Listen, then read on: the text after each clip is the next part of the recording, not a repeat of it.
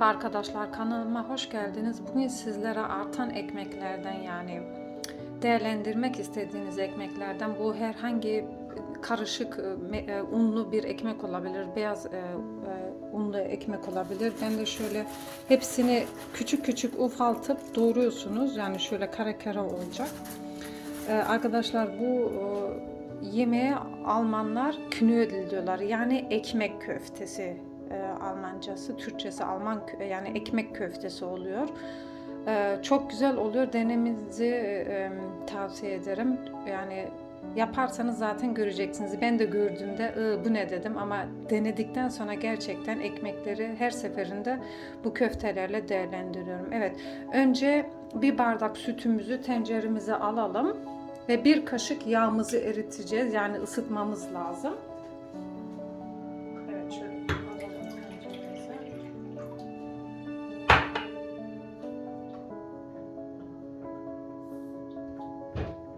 Şu yağımızı içinde eritelim. Ilık olacak arkadaşlar. Pek elimizle yoğuracağımız için pek sıcak olmaması lazım. Şöyle bu ekmeklerin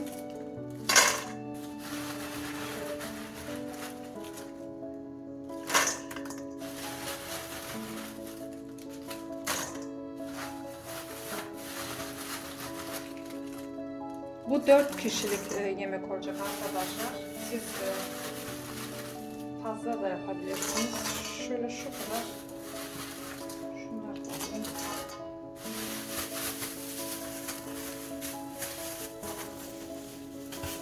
Evet, şöyle 2 ekmek, 1,5-2 beyaz ekmek kadar oldu arkadaşlar. Şimdi bunun soğanını, bir tane soğan doğranmış. Evet, telefonumu şuraya koyayım. Evet, bir tane soğanını koyduk, doğranmış, ince doğranmış. Sonra bolca maydanoz arkadaşlar.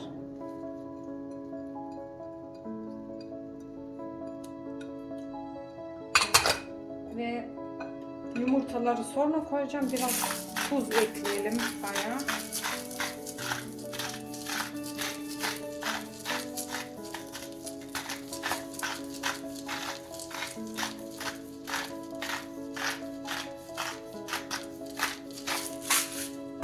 Biraz da karabiber ekleyeceğim arkadaşlar. Pek baharat atılmıyor bu yemeğe. Şöyle hafifçe. Evet, sütümüzü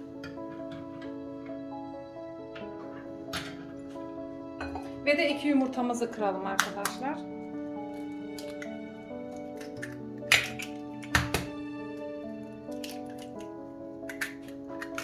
Evet, sütümüzü ısıtalım.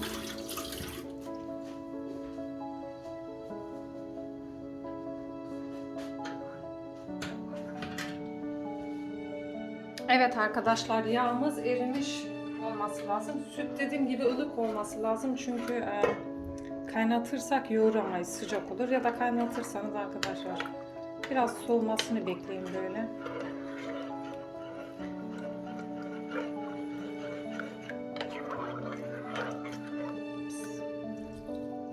Şöylece her yerine dökelim.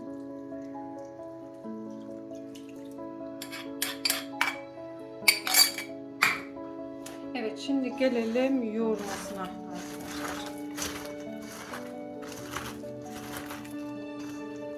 Aslında şöyle bir 10 dakika bekletmemiz gerek arkadaşlar. Çok şey oldu.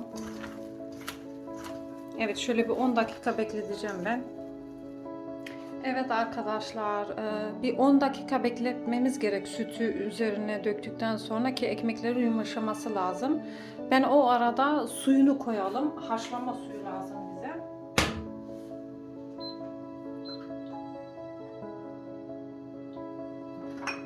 Evet, suyuna tuz atalım.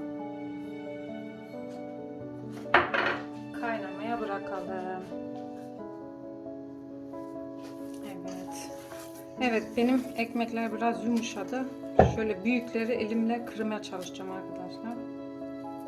Pek de cıvık olmaması lazım. Yani bir bardağı hafif birazcık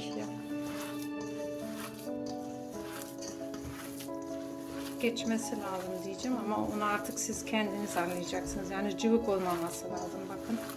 Benimki ne cıvık ne de biraz aralarında kalınları kaldı ama onları böyle elimle ezmeye çalışacağım. Şimdi künödelimizi yumak yapacağız. Yani köfte şekli vereceğiz. Evet, beklettikten sonra bayağı bir yoğrulma şeklini almış. Demin biraz sertti, yapamadım. Siz ılık sütü döktükten sonra arkadaşlar şöyle bayağı bir 10-15 dakika bekletin. Bütün ekmeklere yani yedirmeye bakın. Yoksa sert kalır, güzel olmaz ya da köfte şekli veremezsiniz.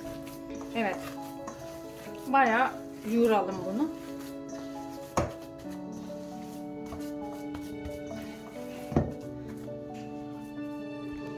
Tamamdır arkadaşlar, bakın ne cıvık olacak. Yani köfte verebilecek şekilde yumuşaklıkta olacak, ne de sert olacak arkadaşlar.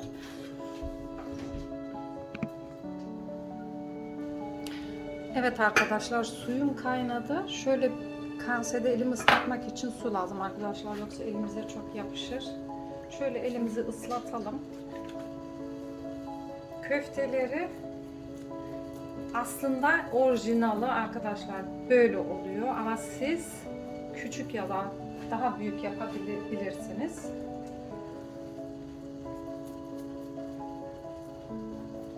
Evet, yumurta attığımız için hiç ayrılmayacak, dağılmayacak yani demek istedim. Ve arkadaşlar gerçekten yani deneyin, ondan sonra ben de önceden bu ne biçim Alman yemeği diyordum ama gerçekten deneyin, lezzetini görün yani. Bu sırada da yani çok ekmek arttığı için, çöplere çok ekmek gittiği için arkadaşlar böyle değerlendirirseniz kesinlikle çöpe atmamış olursunuz. Şöyle büyük olması lazım.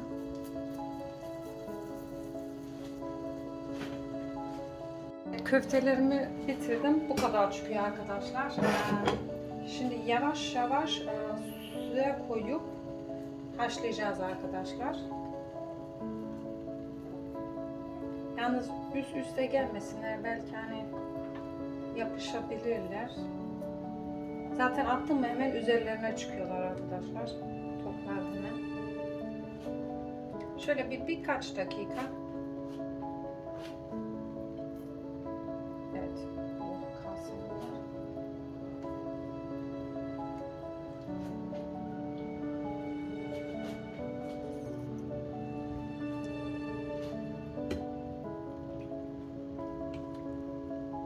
Şöyle biraz 1-2 dakika kaynamasını bekleyeceğiz arkadaşlar.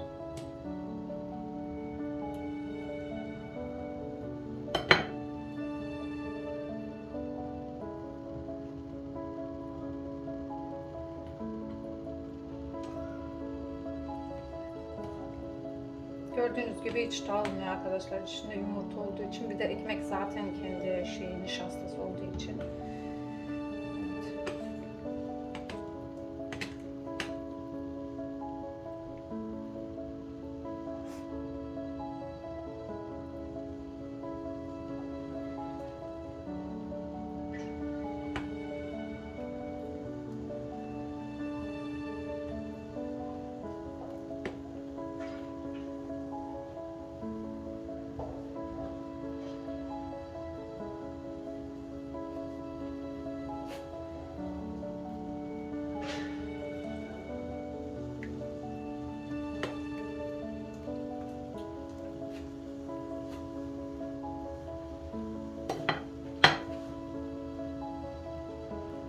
Evet arkadaşlar, dediğim gibi pek kaynatmaya gerek yok. Şöyle 4-5 dakika kaynayanları çıkarıyorum, tabağıma alıyorum. Dediğim gibi köfteler orijinali büyük oluyor, yapılıyor. Siz dilerseniz küçük ya da daha iri yapabilirsiniz. Şuradan bir topları atayım, şuraya ayırayım.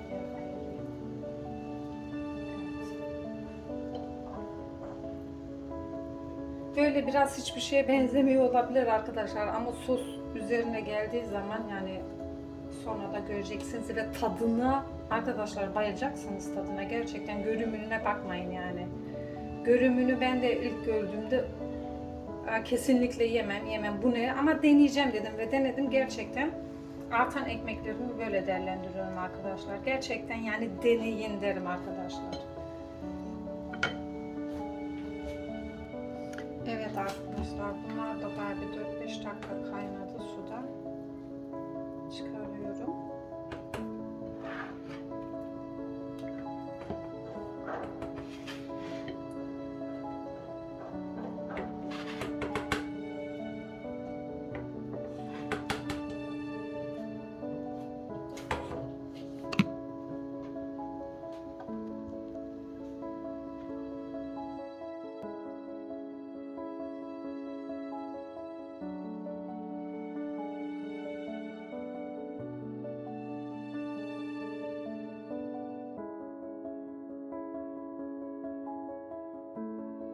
Arkadaşlar, bu knödel yemeğine bu mantarlı sos çok uyumlu oluyor. Tavamıza biraz zeytinyağı alıyoruz.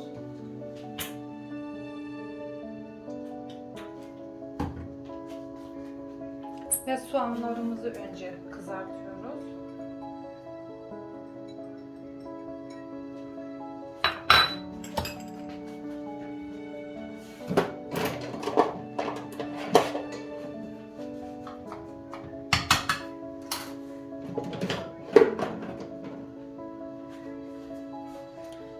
Evet, mantarları yıkayıp doğrayalım arkadaşlar. Evet arkadaşlar, dediğim gibi mantarları şöyle iri küçük nasıl isterseniz doğrayabilirsiniz. Zaten eriyor biliyorsunuz.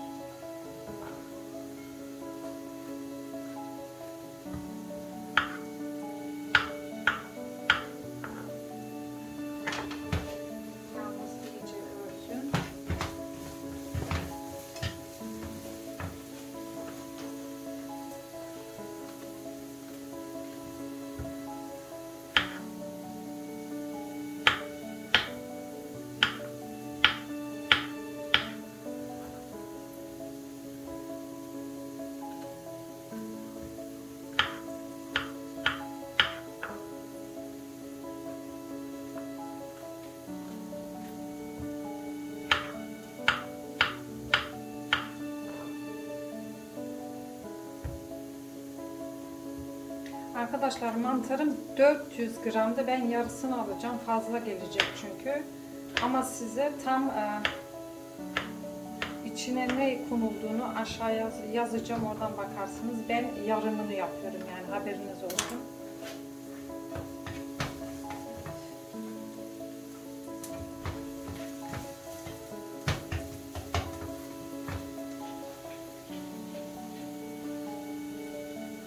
Arkadaşlar, soğanlarımız öldü, kızardı. Şimdi mantarları biraz öldüreceğiz. Yani kavuracağız.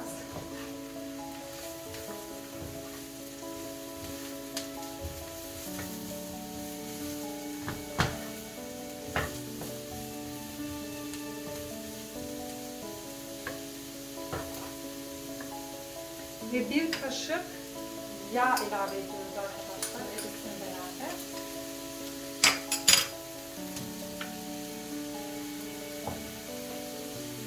$200 mg var ama bu çok gelecektir. Ben her şeyin yarısını aldığım için size aşağıya tam kıvamını yazacağım arkadaşlar. Bir de knor böreğimiz var.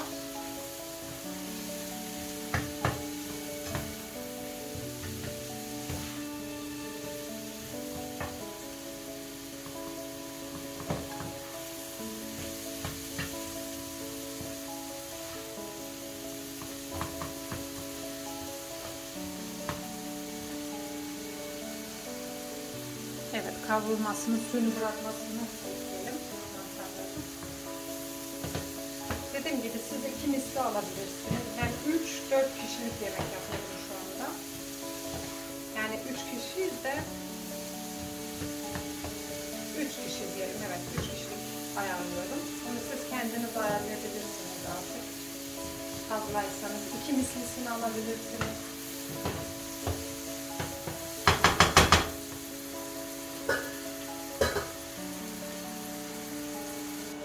Evet arkadaşlar, mantarlar biraz suyunu bıraktıktan sonra şöyle bir kaşık salça kullandım.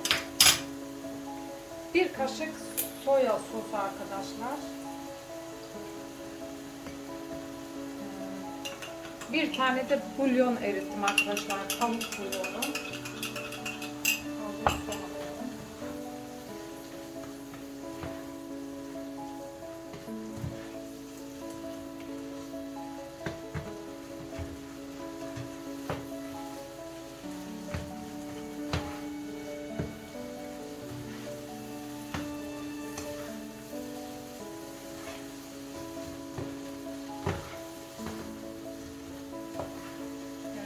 Biraz salçayı kavuralım.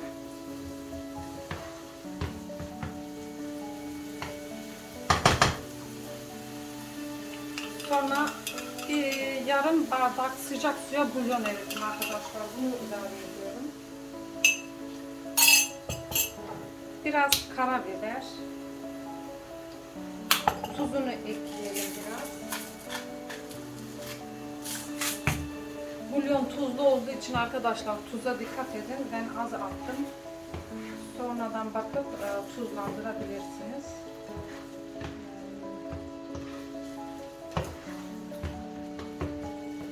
Evet arkadaşlar, biraz altını kısalım böyle pişsin. Şimdi bu 200 ml krema, ben yarısını kullanacağım arkadaşlar. Dediğim gibi her şeyin yarısını aldığım için fazla gelmesin.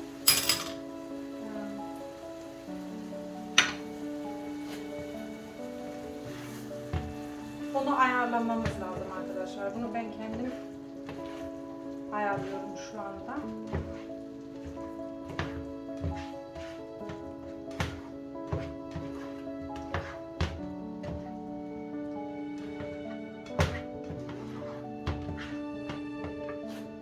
Evet, biraz daha krema alıyorum arkadaşlar.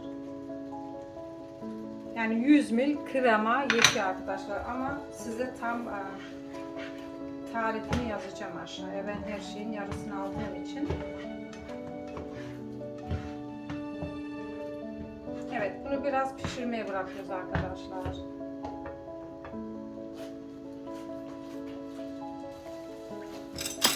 Evet, üzerine biraz şöyle bir çap maydanoz doğrayacağım arkadaşlar. Biraz süs versin diye.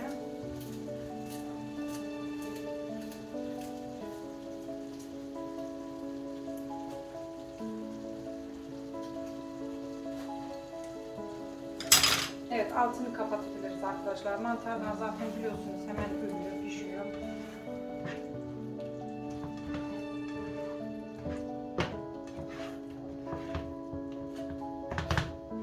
Evet, knödellerin sosu bitmiştir arkadaşlar.